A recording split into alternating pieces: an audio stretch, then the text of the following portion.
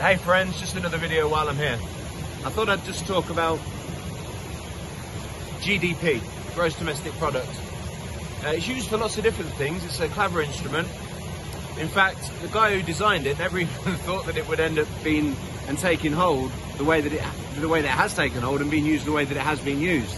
There's many cases for it in the European Union, to be part of the European Union, and the contributions that they pay towards being in the European Union and part of Europe. They use GDP to find out how much contribution they're going to make. GDP is also used politically, very much so. The current Prime Minister of any country will turn around and say and boast that GDP's risen while they've been in power, so they'll use GDP to turn around and show how good a government that they've created, how stable the economy is because of them being in power.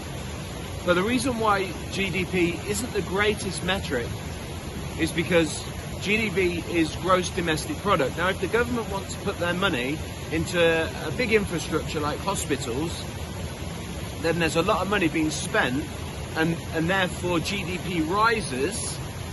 But GDP's only risen because the government has used that money to put into things that's made GDP go up.